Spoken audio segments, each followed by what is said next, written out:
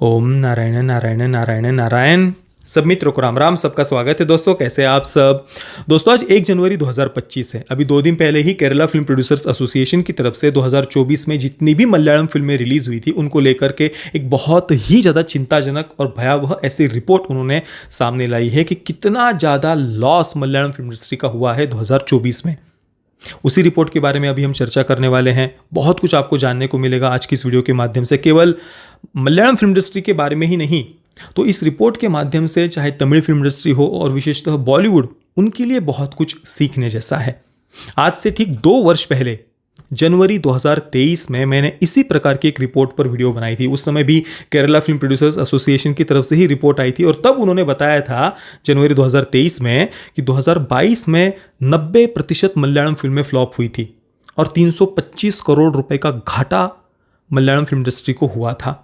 और Malayalam film industry एक छोटी फिल्म इंडस्ट्री है, उनकी दृष्टि से 350 करोड़ लगभग जो का घाटा हुआ था वो कोई छोटी संख्या नहीं है, बहुत बहुत बड़ी संख्या है। और इस बार तो वो घाटा 2 गुने से भी ज़्यादा बढ़ गया है। सोचिए 2 वर्ष बीत चुके हैं उस रिपोर्ट को और परिस्थिति कुछ भी बदली नहीं है, उल्टा और ज़्यादा हालात ख़राब ही हुए हैं मलयालम फिल्म इंडस्ट्री के। अभी जो रिपोर्ट निकलकर सामने आई है केरला फिल्म प्रोड्यूसर्स एसोसिएशन की तरफ से, उसमें उन्होंने बताया कि 199 में से मात्र 26 फिल्में इस वर्ष 2024 में सफल रही, यानी 87% फिल्में फ्लॉप रही। मतलब वही राउंड फिगर मान लीजिए, लगभग 90% फिल्में बॉक्स ऑफिस पर असफल रही 2024 में मलयालम फिल्में। और ये जो 26 फिल्में हैं इनमें से भी 3-4 फिल्में ही ऐसी है जिन्हें बॉक्स ऑफिस पर कुछ ठीक ठाक सफलता मिली है, जैसे कि आवेशम हो, आड़ू जीवितम हो, द गोट लाइफ, या फिर मंजूमल बॉयज़। इन फिल्मों ने थोड़ा ठीक ठाक कलेक्शन बॉक्स ऑफिस पर किया था। बाकी तो इन 26 में से भी अधिकतर फिल्मों ने कुछ खास ऐसा बहुत कोई बॉक्स ऑफिस पर कमाल नहीं किया था। 1000 करोड़ की इन्वेस्टमेंट इन 199 फिल्मों में की गई थी, जिसमें से जो बॉक्स ऑफिस पर रिटर्न आए पैसे वो मात्र 300 करोड़ है, यानी 700 करोड़ रुपए का घाटा मलयालम फिल्म इंडस्ट्री को 2024 में हुआ है। और ये संख्या कोई छोटी नहीं है, बहुत बड़ी संख्या है। इसके पीछे का कारण क्या है वो तो हम पिछले 7-8 वर्षों से चर्चा करते ही आ रहे हैं हमारे चैनल पर कि तमिल और मलयालम फिल्म इंडस्ट्री किस प्रकार से अपना ही नुकसान कर रही है। जो कुछ भी राजनीतिक नेतृत्व जिस प्रकार का है तमिलनाडु में, केरला में, वामपंथी विचारधारा वाला, तो चाहे वो द्रविडियन विचारधारा हो, वोक मेंटेलिटी की फिल्में हो या कम्युनिस्ट विचारधारा की जो फिल्में हैं वो लगातार बनती जा रही है तमिल और मलयालम फिल्म इंडस्ट्री में। और इस कारण से जनता से वो जो टच है वो ये दोनों ही फिल्म इंडस्ट्रीज़ खोती जा रही है, दूर जाती जा रही है ये दोनों ही फिल्म इंडस्ट्रीज़। अब हिंदी में डब करके भी कुछ तमिल और मलयालम फिल्में रिलीज़ हुई है पिछले 5-6-7 वर्षों में बाहुबली की सफलता को देखकर, परंतु वो फिल्म उनमें से कोई भी तमिल और मलयालम फिल्म बॉक्स ऑफिस पर नहीं चली है। और इसी कारण से कि जो एक कनेक्ट होता है ना जनता के साथ में, वो नहीं बना पाए हैं वे, जो तेलुगु फिल्म इंडस्ट्री ने बनाया है। अब मैं आपको ज़रा बताता हूँ, तमिल फिल्म इंडस्ट्री के हालात भी कोई ज़्यादा अलग नहीं है। वहाँ पर भी अधिकतर फिल्में असफल ही रही है, कुछ गिनी चुनी अगर हम छोड़ दे तो। अब देखिए तमिल फिल्म इंडस्ट्री की हिंदी में पिछले कुछ वर्षों में जो रिलीज़ हुई है फिल्में हिंदी में डब करके राष्ट्रीय स्तर पर पैन इंडिया, वो मैं आपको बताता हूँ।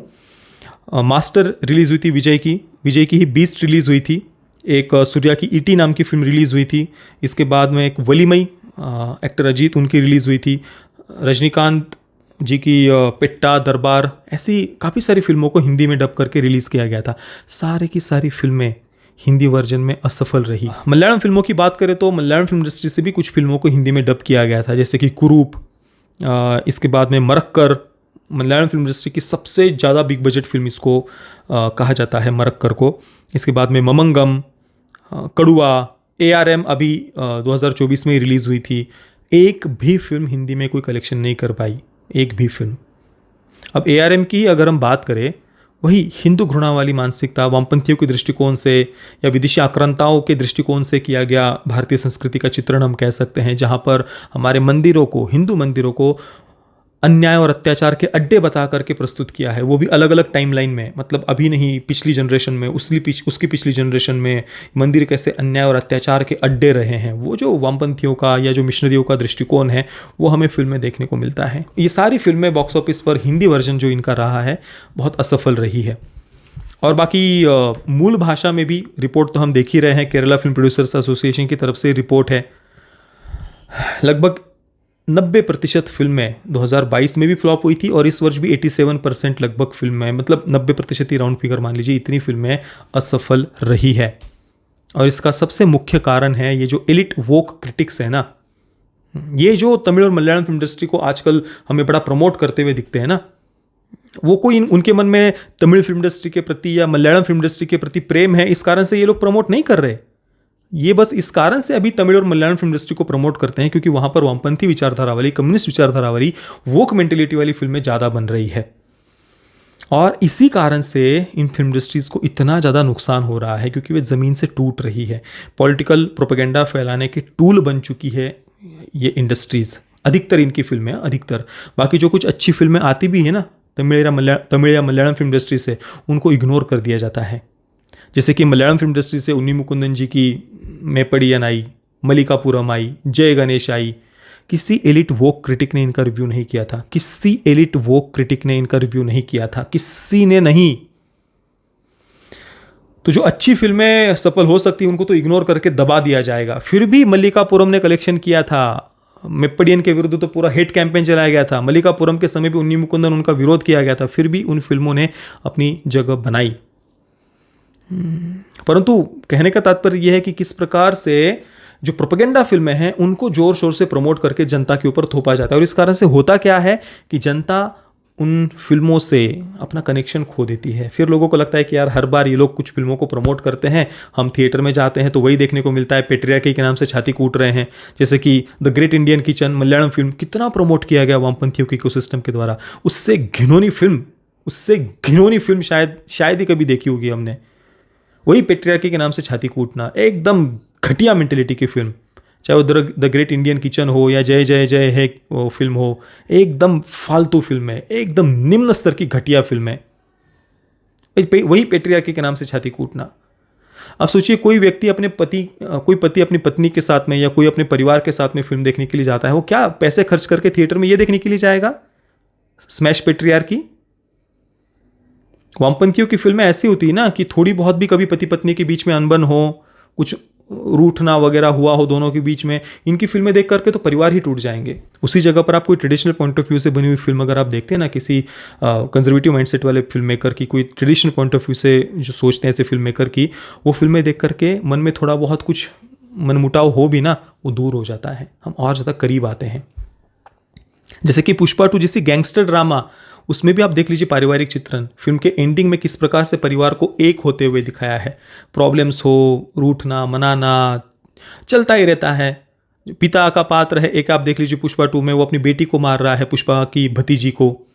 उसका अर्थ वो बेटी को पिता के विरुद्ध विद्रोह नहीं कर रही, एंडिंग में पूरा परिवार एक साथ में है, पिता की आज्ञा से ही वो विवाह कर रही है। उस विवाह में पुष्पा को बुलाया गया है। इनका तो हमेशा पिता ने थप्पड़ मार दिया मतलब भाई पूरे जीवन भर का अन्याय अत्याचार हो गया, अब जीवन भर इनके वोक एक्टिविस्ट बन करके छाती कूटते रहो पेरेंटल अब्यूज़ के नाम से। इनको ऐसे वोक एक्टिविस्ट खड़े करने हैं। कोई पेरेंटल अब्यूज़ के नाम से चीखेगा चिल्लाएगा, कोई रीति रिवाजों के नाम से चीखेगा चिल्लाएगा, कोई परंपराओं के नाम से चीखेगा चिल्लाएगा, कोई सिस्टम के नाम से चीखेगा चिल्लाएगा, कोई वैवाहिक संस्था के नाम से चीखेगा चिल्लाएगा, कोई पेट्रियार्की के नाम से चीखेगा चिल्लाएगा। बस इनको चीखने चिल्लाने वाले, छाती कूटने वाले वोक एक्टिविस्ट खड़े करने हैं। और इसी कारण से तमिल मलयालम फिल्म इंडस्ट्री नुकसान में जा रही है, घाटे में जा रही है, लगातार जा रही है। और इसके पीछे यही एलिट और वोक क्रिटिक्स है। अनुराग कश्यप जैसा फिल्म मेकर 2 वर्ष पहले एक इंटरव्यू में उसने कहा था कि सबसे ज़्यादा फिल्म लिटरेट स्टेट्स है केरला और उसके बाद में तमिलनाडु। सबसे ज़्यादा फिल्मों को लेकर के सुशिक्षित जनता केरला और तमिलनाडु में रहती है, ये कहना था अनुराग कश्यप का। तो अब अनुराग कश्यप क्या कहेंगे कि भाई मलयालम फिल्म इंडस्ट्री की तो 90% फिल्में 2022 में फ्लॉप हो गई थी, 2024 में भी लगभग उतनी ही फिल्में मलयालम फिल्म इंडस्ट्री की फ्लॉप हुई, तो क्या अभी केरला की जनता इलिटरेट हो गई, अशिक्षित हो गई? या फिर ये लोग पुष्पा 2 के दर्शकों के लिए जो ये बॉलीवुड का इकोसिस्टम शब्द उपयोग कर रहा था ना, जाहिल, गवार, अनपढ़, लो क्लास, छपरी, देहाती, हाँ ये शब्द उपयोग किए थे ना पुष्पा 2 के ऑडियंस के लिए, तो अभी मलयालम फिल्म में भी फ्लॉप हुई है 90%, 2022 में भी और 2024 में भी। तो जो बड़े सुशिक्षित कह रहे थे भाई केरला की जनता मोस्ट फिल्म लिटरेट स्टेट है, तो अभी अनुराग कश्यप क्या कहेंगे केरला की जनता को? उनके अनुसार क्या वो अभी अशिक्षित हो गई? इलिटरेट हो गई। ये कौन होते हैं सर्टिफिकेट देने वाले कि पुष्पा टू की ऑडियंस जाहिल गवार अनपढ़ लो क्लास देहाती रेडी वाले पटरी वाले रिक्शा वाले हैं, और इनकी वोक मेंटेलिटी की वोक प्रोपेगेंडा फिल्मों को सेलिब्रेट करने वाले बड़े सुशिक्षित हो गए, फिल्म लिटरेट हो गए। मतलब हम अपने पैसे खर्च करके थिएटर में जाकर के इनका वोक एक्टिविज्म देखें कि परिवार कैसे तोड़ना है, विवाह कैसे तोड़ना है, पेरेंट्स कैसे दरिंदे हैं, संस्कृति कैसे दरिंदी है, रीति रिवाज कैसे घिनौने हैं, ये देखे थिएटर में जाकर के हम पैसे खर्च करके अपने, और फिर हमें सर्टिफिकेट मिलेगा अनुराग कश्यप से कि हाँ हाँ हाँ भाई प्रतीक बोराड़े अभी फिल्म लिटरेट हो गया, फलाना फलाना फिल्म लिटरेट हो गया क्योंकि इसने हमारी वोक प्रोपेगेंडा फिल्म को अच्छा बोल दिया, इसने हमारी All We Imagine as Light को अच्छा बोल दिया, इसने हमारी लापता लेडीज को अच्छा बोल दिया, अब इसको सर्टिफिकेट दे दो फिल्म लिटरेट होने का। इनसे सर्टिफिकेट लेना है हमें फिल्म लिटरेट होने का, क्योंकि इनकी ये लोग कुछ थर्ड क्लास ऐसी घिनौनी मेंटेलिटी की वोक प्रोपेगेंडा फिल्में बनाते हैं, और हम पैसे खर्च करके देखने जाए और फिर ये इंटरव्यूज में बैठ करके सर्टिफिकेट्स बांटेंगे कि हाँ ये जनता फिल्म लिटरेट है, वो जनता फिल्म लिटरेट है, बाकी तेलुगु जनता तो इलिटरेट है, बिहार की जनता तो फिल्म इलिटरेट है, वो तो जाहिल गवार अनपढ़ है। ये रेसिस्ट कमेंट्स पास करेंगे फिर ये लोग बैठ करके। ये अपना मजाक उड़ा रहे हैं। नुकसान किसका हो रहा है? नुकसान तो तमिल फिल्म इंडस्ट्री का, मलयालम फिल्म इंडस्ट्री का हो रहा है। मैं तो कहता चाहता हूं तमिलनाडु से जो मित्र हमारे चैनल से जुड़े हैं, केरला से जो मित्र हमारे चैनल से जुड़े हैं, ये लोग ये बातें बोलिए। इनके सर्टिफिकेट से कोई मायने नहीं रखता। भाई अनुराग कश्यप कहीं बैठ करके बोल दे कि भाई केरला की जनता सबसे ज़्यादा फिल्म लिटरेट है क्योंकि वहां पर सबसे ज़्यादा ये ऐसी वोक प्रोपेगेंडा फिल्में बन, नहीं चाहिए भाई सर्टिफिकेट। आप अपना फ़ायदा नुकसान देखो ना, क्या हो रहा है इनकी प्रोपेगेंडा। ये अपना प्रोपेगेंडा फिल्में उछल उछल कर प्रमोट करेंगे, पर क्या सामान्य जनता उस वोक गंदगी के साथ में कनेक्ट हो सकती है? क्या नहीं हो सकती भाई। ये लोग कितना भी कैंपेन चला चला कर All We Imagine as Light या फिर लापता लेडीज़ या फिर वो जय जय जय है और वो क्या द ग्रेट इंडियन किचन को प्रमोट कर ले, सामान्य जनता के हृदय में ऐसी फिल्में कभी भी स्थान नहीं बना सकती। हाँ, ये हो सकता है कि इतना सारा कैंपेन वगैरह लगातार मास्टरपीस बोलने के कारण कुछ लोग थिएटर में चले भी जाते हैं ऐसी प्रोपेगेंडा फिल्में देखने के लिए, पर वो जनता भी उसके मन से उतर जाते हैं। वो फिल्म मेकर्स, वो कलाकार दोबारा कभी वो उसका मन ही नहीं होता कि नहीं यार ये लोग हमेशा जिन फिल्मों का अच्छा बोलते हैं ना वो फिल्में थिएटर में जा करके देखो तो भाई हमारा ही नुकसान, हमारे ही परिवार तोड़ने की बातें, हमारी सभ्यता संस्कृति के बारे में इतना प्रोपेगेंडा स्प्रेड करते हैं। तो ये सबसे ज़्यादा नुकसान अगर कोई कर रहा है, चाहे वो बॉलीवुड का हो, तमिल फिल्म इंडस्ट्री का हो, मलयालम फिल्म इंडस्ट्री का हो, तो वो ये एलिट वोक क्रिटिक्स कर रहे हैं। और इसी कारण से आपने देखा होगा इस बार पुष्पा 2 के बाद में बहुत सारे जो कथित ट्रेड एनालिस्ट वगैरह भी हैं ना जो इंडस्ट्री के, वो लोग भी इन एलिट वोक क्रिटिक्स के की आलोचना कर रहे थे। देखा होगा आपने कुछ इंटरव्यूज़ वगैरह। थिएटर ओनर्स भी ये बातें अभी समझ रहे हैं, अच्छी बात है। अधिक से अधिक थिएटर ओनर्स ये बातें समझे और इस बॉलीवुड के प्रोपेगेंडा से जल्दी देश को मुक्ति मिले। और तमिल और मलयालम फिल्म इंडस्ट्री का भी अगर सच में कोई हित चाहता है, भला चाहता है ना, ये जो बातें हमने की, ये बातें पहुंचाइए आगे। मार्को फिल्म भी इससे कई गुना ज़्यादा कलेक्शन कर सकती थी, पर नहीं। लोग ठीक है, आपने कुछ बहुत शॉकिंग ऐसे कुछ विजुअल्स दिखा दिए, उस कारण से कुछ जनता थिएटर में आ जाएगी, पर इससे कितना ज़्यादा वो आगे बढ़ सकती थी। हाँ, देश की जनता कनेक्ट हो सके, उसमें कहीं पर भारतीयता तो दिखे। चलिए, बाकी तो ये सब बातें कई बार हमने की हुई है, बार बार वो बातें रिपीट करना मुझे भी सही नहीं लगता, पर अब रिपोर्ट आए हुए हैं उन पर चर्चा करना तो बनता है। बाकी इस पूरे विषय पर आपके विचार क्या है मुझे आप नीचे कमेंट में अवश्य बताना। वीडियो देखने के लिए आप सभी मित्रों का बहुत बहुत धन्यवाद। जय श्री राम, वंदे मातरम।